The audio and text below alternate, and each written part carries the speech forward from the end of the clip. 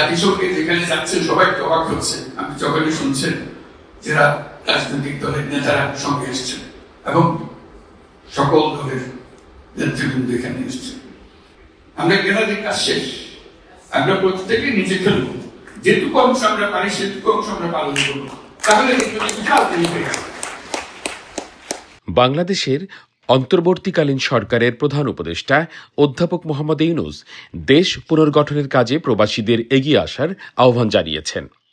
জাতিসংঘ সাধারণ অধিবেশন উপলক্ষে নিউ ইয়র্কে সফররত প্রধান উপদেষ্টা গত ২৭ সেপ্টেম্বর পররাষ্ট্র মন্ত্রণালয় ও বিনিয়োগ উন্নয়ন কর্তৃপক্ষ বিডা আয়োজিত এনআরবি কানেক্ট ডে অনুষ্ঠানে ভাষণ দেন।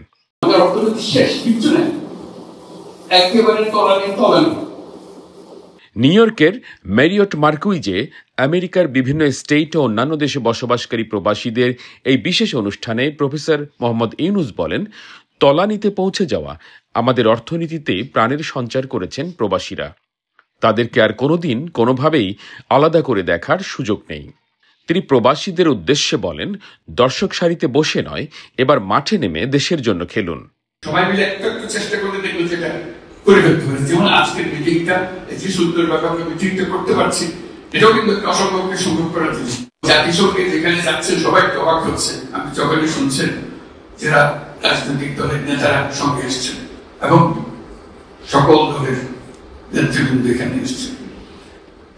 এটার পেছনে একটা মানুষকে একটা ভবিষ্যৎ সম্বন্ধে একটা ধারণা দেয়, সেই ধারণাটা সাংঘাতিক আত্মবিশ্বাসী করে আমাদেরকে। সে আত্মবিশ্বাস নিয়ে আমরা যে আজকে নিউ ইয়র্ক শহরে আসলাম, জাতিসংঘে আসলাম, আমরা সাংঘাতিক আত্মবিশ্বাসী হয়ে ফিরে যাব। আপনারা সবাই সে আত্মবিশ্বাসী।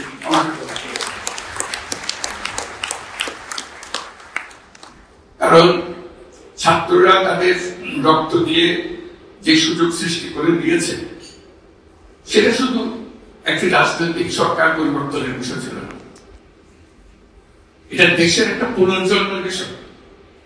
সেই পুনর্জন্মটা হাতে খড়ি থেকে শুরু করে সামনে গিয়ে যাওয়া। তো পেছনের দিকগুলোকে আজকে যেগুলো আলাপ করলাম, দুর্নীতি ইত্যাদি, এগুলো পতন চোটেই চলে যাওয়ার কথা। এগুলো কোন জিনিস আর নতুন বাংলাদেশে যাতে প্রবেশ করতে না পারে সেই ব্যবস্থা করা, সেটি আমাদের সবার।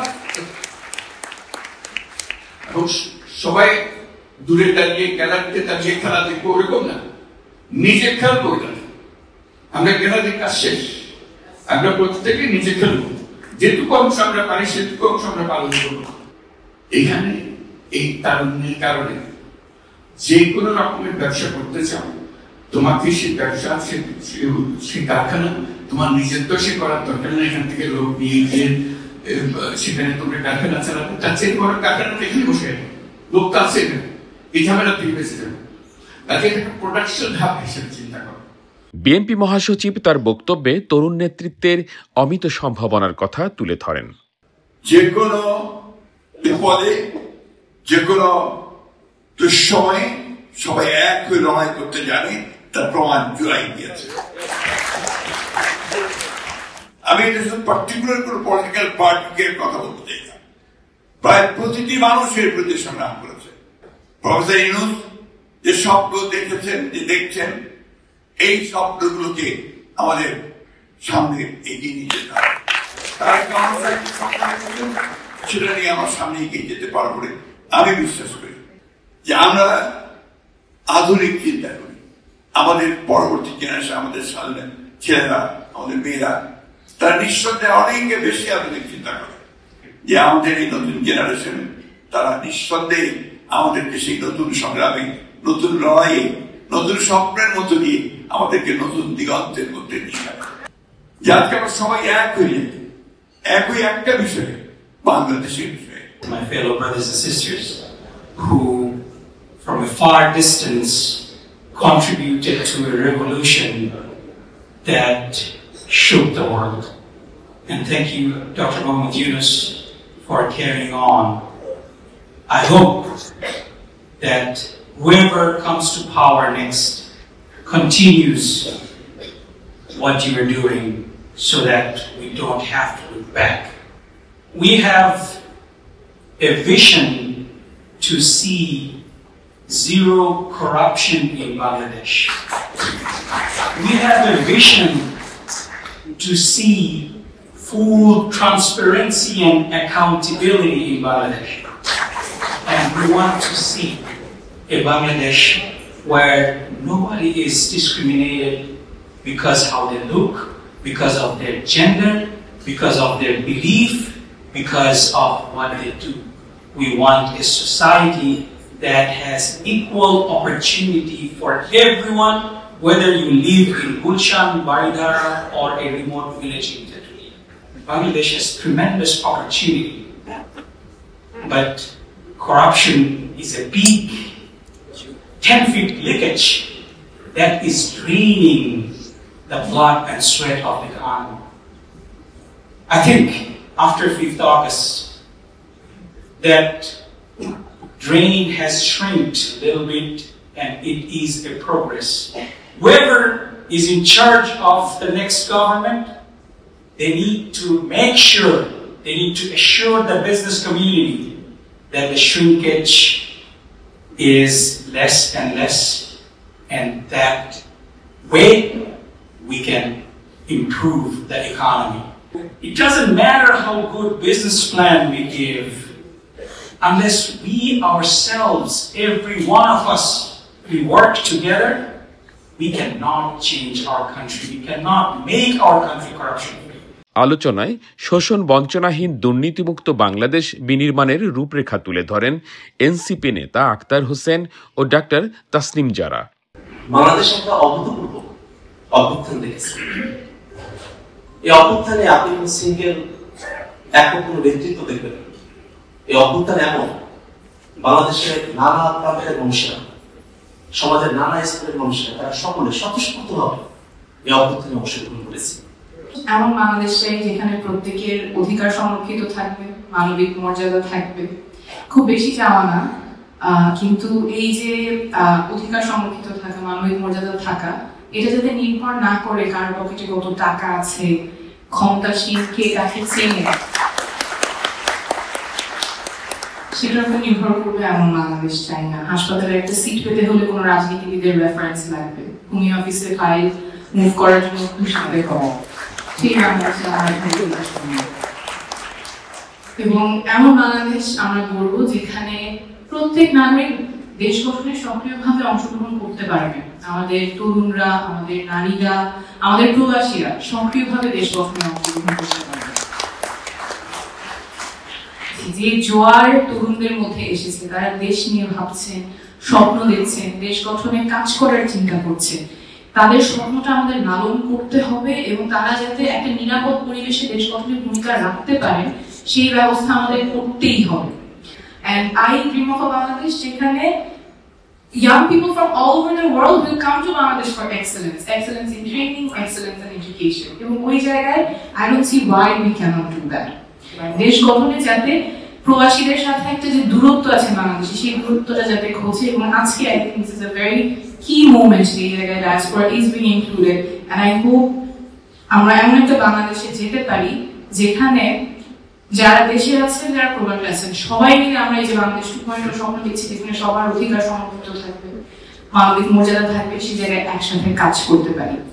বিনিয়োগ উন্নয়ন কর্তৃপক্ষ বিডার চেয়ারম্যান আশিক চৌধুরীর উপস্থাপনায় অনুষ্ঠিত হয় দুটি প্যানেল আলোচনা, bridging borders, current affairs and diaspora engagement এবং shaping tomorrow the future of Bangladesh. সঞ্চালনা করেন প্রধান উপদেষ্টার আন্তর্জাতিক বিষয়ক উপদেষ্টা লুৎফে সিদ্দিকী ও জাতীয় নিরাপত্তা উপদেষ্টা doctor Khalilur Rahman. We cannot use the vague terminology of Article 66 to bar parliamentary participation of people who are talented to go into the country and be part of the legislative making process, be part of political governance in the country, to be part of the future direction of the country. So we must be ambitious, not only for our country, for our people, in terms of we must be ambitious to lead globally. I mean, Bangladesh, why? Bangladesh, people will view it as a poor country. The people of this country want qualitative change, qualitative governance. We cannot be business as usual, doing politics every day. And it cannot just be the sons and daughters of political leaders doing politics in Bangladesh. It should be people like you should be embraced. People living in the villages of a remote area in Bangladesh should be able to not dream, but it must make the practicals, the practical procedures and encouragement must be there for them to get involved in public life. We are Bangladeshis all together. And in terms of united, we stay strong. In terms of the diaspora networks, if we tap into that, in terms of any foreign investment coming into the country, any security cooperation that we emphasize as a country. অনুষ্ঠানে শুভেচ্ছা নামে একটি বিশেষ mobile app উদ্বোধন করেন প্রধান উপদেষ্টা। প্রবাসীদের জন্য প্রয়োজনীয় সেবা, দিক নির্দেশনা এবং বিনিয়োগের সুযোগ তুলে ধরবে এই অ্যাপ। প্রথমবারের মতো প্রবাসীদের নিয়ে মর্যাদাপূর্ণ এই আয়োজন করায় উচ্ছ্বাস প্রকাশ করেন স্থানীয়রা। আমি আশা করি ওনারা এক এবং ঐক্যের ভূমিকায় থাকলে দেশ এবং জাতি অনেক উপকৃত হবে। আজকের প্রোগ্রাম অত্যন্ত ফলপ্রসূ হয়েছে। ইনশাআল্লাহ বাংলাদেশ আগামী দিন গণতন্ত্র প্রতিষ্ঠা হবে, মানুষের ভোটাধিকার প্রতিষ্ঠা হবে। আমি মনে করি ডক্টর ইউনূস যতটুকু করতে পারবে, যে আশা হোক, যে ধরনের ধারা আমাদেরকে দেখিয়েছে, এটা অগণনীয়। আগামীর বাংলাদেশ নিয়ে অনেক আশামূলক বক্তব্য শুনতে পাই। আমরা ডক্টর মোহাম্মদ ইউনূসকে প্রবাসীদের পক্ষ থেকে ধন্যবাদ জানাই। We want all future leaders coming, they work together for the nation, not for their personal interest, and making a differences towards the positive. This is for the first time that Dr. Mohammad Yunus একটা নতুনত্ব সৃষ্টি করলেন, যে অন্য সবাইকে নিয়ে, শুধু দলের লোক বা আত্মীয় স্বজনকে না নিয়ে সবাইকে নিয়ে একটা বিদেশে যাওয়া যায়, বিশেষ করে জাতিসংঘের মতো একটা অনুষ্ঠান অ্যাপের মাধ্যমে অ্যাকাউন্ট করতে পারবে। এই যে একটা অপরচুনিটি আমাদের যারা আমরা বাইরে আছি তাদের জন্য তৈরি হচ্ছে, আমি মনে করি এটা আরও রেমিটেন্স বাড়বে। সুতরাং রেমিটেন্স যেখান থেকে আসে সেই সোর্সকে সম্মান করা, ইজ্জত দেওয়া, রেকগনিশন করা, এটা আমাদের জাতীয়গত দায়িত্ব। বাংলাদেশি যারা প্রবাসী আমরা এখানে আছি, তাদের সাথে বাংলাদেশে যারা সরকার চালায় তাদের সাথে যে একটা সম্পর্ক, যে যোগাযোগ এবং ডাইরেক্ট যোগাযোগটা, সেটা আজকের এই অনুষ্ঠানের মধ্য দিয়ে একটা অপরচুনিটি আসছে। এনআরবি কানেক্ট ডে নামের এই আয়োজনের মধ্য দিয়ে প্রবাসের সঙ্গে বাংলাদেশিদের সম্পর্ককে আরো দৃঢ় করার নতুন কিছু পরিকল্পনা গ্রহণ করা হলো। সেই সঙ্গে আগামী দিনের বাংলাদেশ পরিচালনায় কোন কোন দিককে বিশেষ গুরুত্ব দিতে হবে সে সম্পর্কে আলোচিত হলো গুরুত্বপূর্ণ আলোচনা। নতুন যারা সরকার গঠন করবেন তার কতটুকু গ্রহণ করবেন এবং কিভাবে বাস্তবায়ন করবেন সেটি দেখার বিষয়। Critic content.